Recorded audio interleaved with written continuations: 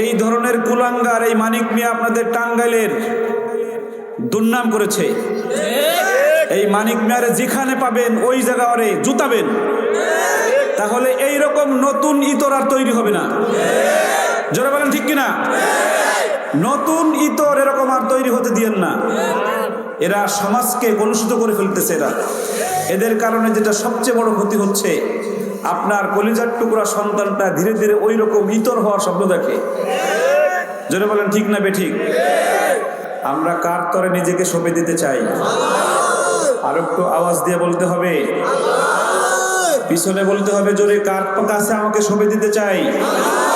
আরো জোরে বলতে হবে, কার কাছে সঁপে দিতে চাই? তোমার তরে সঁপে দিতে চাই আমি নিজেকে। ও গৌরব তোমার তরে বিলিয়ে দিতে চাই নিজেকে। ঠিক কিনা? আর একটু জোরে বলতে হবে। আমার সাথে একটু এই কথাটা বলেন, দোয়া। এটা কিন্তু একটা দোয়া।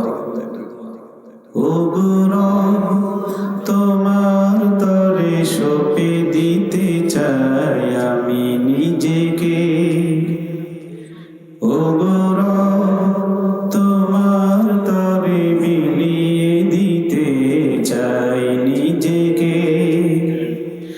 কর কবুল আমার ফরিয়াদ তুমি,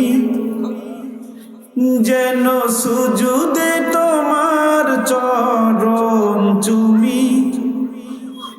দাও নিষ্কৃতি সব বিপাকে। ও গৌরব তোমার তরে সঁপে দিতে চাই আমি নিজেকে।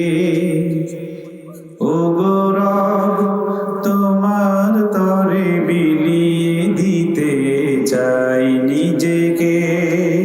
জোরে বলে ঠিক কিনা? আমরা কার তরে নিজেকে সঁপে দিতে চাই? আর একটু আওয়াজ দিয়ে বলতে হবে, পিছনে বলতে হবে জোরে, কার কাছে আমাকে সঁপে দিতে চাই?